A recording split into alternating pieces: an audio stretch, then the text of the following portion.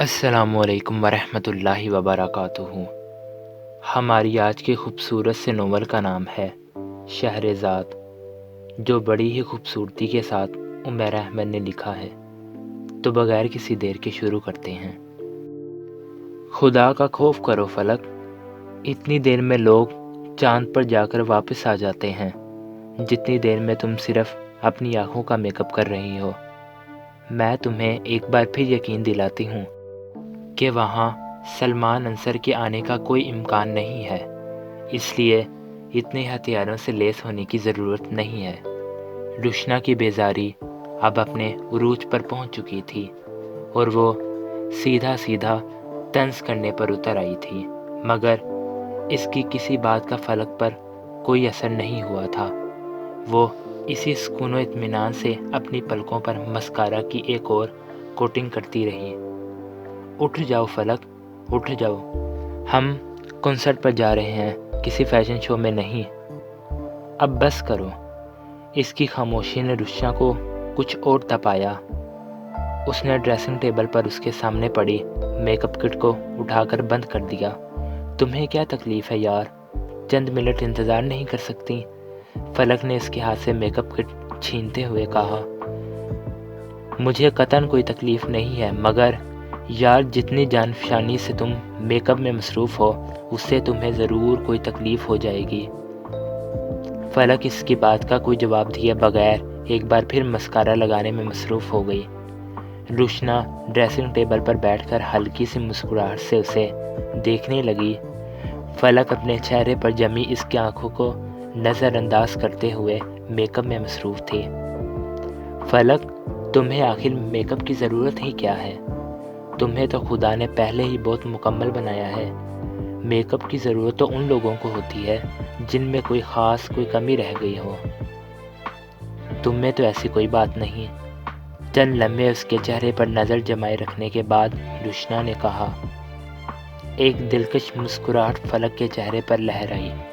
ایک خاص ادا سے دایاں ابرو اچکاتے ہوئے اس نے کہا، جانتی ہوں مجھے میک اپ کی ضرورت نہیں ہے، مگر سلمان کو میک اپ بہت زیادہ پسند ہے، اور جو چیز اسے پسند ہے وہ فلک کو کیسے ناپسندیدہ ہو سکتی ہے؟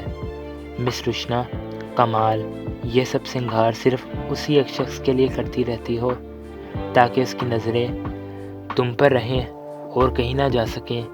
اگر کوئی چہرہ اس کے خیالوں میں رہے تو وہ یہی چہرہ ہو، اگر وجود اس کی نظر کو اسیر کرے تو وہ یہی وجود ہو۔ فلک نے میک اپ کٹ بند کر کے دراز میں رکھ دی۔ دل تو اس بندے کا پہلے ہی جیت چکی ہو، اب باقی رہ کیا گیا ہے؟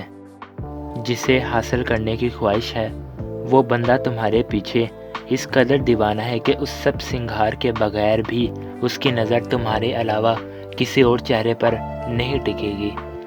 روشنا نے رشک آمیز حسرت سے کہا تھا۔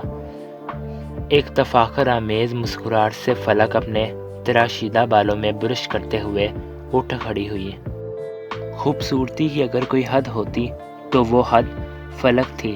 وہ مجسم حسن تھی، جو نظر ایک بار اس چہرے کو دیکھ لیتی وہ دوبارہ کچھ اور دیکھنے کی قابل نہیں رہتی تھی۔ اسے نظروں کا اسیر کرنے کا ہنر آتا تھا۔ بعض دفعہ وہ اپنے وجود کو آئینے میں دیکھتی اور خود اپنے سحر میں گرفتار ہو جاتی اور پھر سوچتی، اگر میں ایک عورت ہوتے ہوئے خود اپنے ہی عکس سے نظر ہٹا نہیں سکتی تو کسی مرد کے لیے کتنا مشکل ہوگا۔ یہ احساس اسے بیٹھے بیٹھے کلو پترا بنا جاتا۔ پھر وہ گھنٹوں آئینے کے سامنے بیٹھی سنگار میں مصروف رہتی۔ بہت سے لوگوں میں دنیا میں صرف ایک چیز ملتی ہے، اور بس ایک ہی چیز ملتی ہے۔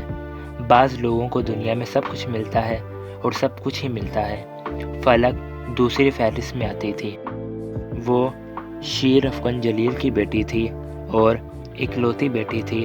شیر افغان جلیل ملک کے نامور انڈسٹریل میں سے ایک تھے۔ اسے چاہا نہیں گیا تھا، بے تحاشا چاہا گیا تھا۔ اگر اس کے ماں باپ کا بس چلتا تو وہ واقعی اسے اپنی پلکوں پر بٹھا لیتے۔ وہ خود پسند بھی تھی اور خود پرست بھی، مگر کوئی اور خامی اس میں نہیں تھی، یا شاید اس کا حسن کسی دوسرے کو اتنی جرأت ہی نہیں دیتا تھا کہ وہ فلک شیر افغان کی کوئی خامی ڈھونڈ پاتا۔ اس نے ہر جگہ سے ستائش پائی تھی، چاہے وہ گھر ہو، اسکول، کالج ہو یا یونیورسٹی۔ وہ لڑکیاں بھی جو اسے حسد کرتی تھیں، کہیں نہ کہیں ان کے دل میں بھی اس سے دوستی کی خواہش ضرور ابھرتی رہتی تھی۔ بعض دفعہ کوئی دل ہی دل میں اس سے سخت بدگمان ہوتا، اسے ناپسند کرتا، اس کے بارے میں دوسروں سے غلط باتیں کہتا، اور پھر وہ ایک بار ہی اس سے مخاطب ہوتی، حال احوال پوچھتی، مسکراتی، اور اگلا چاروں شانے چت ہو جاتا، پھر اس میں کوئی مزاحمت ہی باقی نہیں رہتی تھی۔ اگلے دن وہ اسی احساس کے ساتھ ساتویں آسمان پر رہتا کہ فلک نے اس سے بات کی ہے، اس کا حال احوال دریافت کیا ہے، اسے دیکھ کر مسکرائی ہے۔ پھر وہ دوبارہ کبھی اس کی مخالفت کرنے کی جرأت نہ کر پاتا۔ وہ اکثر اپنے مخالفین کو اسی طرح چت کیا کرتی تھیں۔ وہ یونیورسٹی میں ایم ایف اے کر رہی تھی، مگر اس کا حلقہ احباب لمبا چوڑا نہیں تھا۔ اس کے دوستوں کی تعداد محدود تھی۔ اس کی چند دوستیں وہی تھیں جن کے ساتھ اسکول کے زمانے سے اس کی دوستی تھی۔ وقت گزرنے کے ساتھ ساتھ یہ تعلق نہ صرف مضبوط ہوا تھا بلکہ اس کی دوستی میں بھی کوئی اضافہ نہیں ہوا تھا۔ روشنا بھی اس کی ان گہری دوستوں میں سے ایک تھی، اور اس سے اور مریم سے ہی اس کا سب سے زیادہ میل جول تھا۔ فلک کے لیے رشتے تب سے آنے شروع ہو گئے تھے جب وہ اسکول میں تھی، مگر شیر افغان نے بڑی خوبصورتی سے سب کو ٹال دیا تھا۔ وہ چھوٹی عمر میں اس کی شادی کرنا نہیں چاہتے تھے۔ ویسے بھی وہ جانتے تھے کہ فلک کے لیے کبھی بھی رشتوں کی کمی نہیں ہوگی۔ وہ نہ صرف بے پناہ خوبصورت تھی بلکہ ان کی ساری دولت کی بھی مالک تھی۔ پھر ایسی سونے کی چڑیا کو پھانسنے کے لیے شکاریوں کی تعداد میں دن بہ دن اضافہ کیوں نہ ہوتا۔ وہ شروع سے کو ایجوکیشن میں پڑھی تھی اور شروع سے ہی اس کے پیچھے بھاگنے والوں کی فہرست بہت لمبی تھی، مگر فلک نے کبھی بھی کسی کی پرواہ نہیں کی تھی، یا پھر شاید اس کو کسی میں اتنی کشش ہی محسوس نہیں ہوئی تھی کہ وہ اس کے بارے میں سوچتی، بلکہ وہ اکثر اپنی فرینڈز کے ساتھ مل کر ایسے اشاک کا مذاق اڑایا کرتی تھی۔ روشنا اکثر اس سے کہا کرتی تھی، جو لوگ خوبصورت ہوتے انہیں کسی دوسرے سے محبت ذرا کم ہی ہوتی، اور عشق تو دور کی بات ہے۔ وہ ہر بار اس کی باتوں پر کہکہا لگایا کرتی تھی۔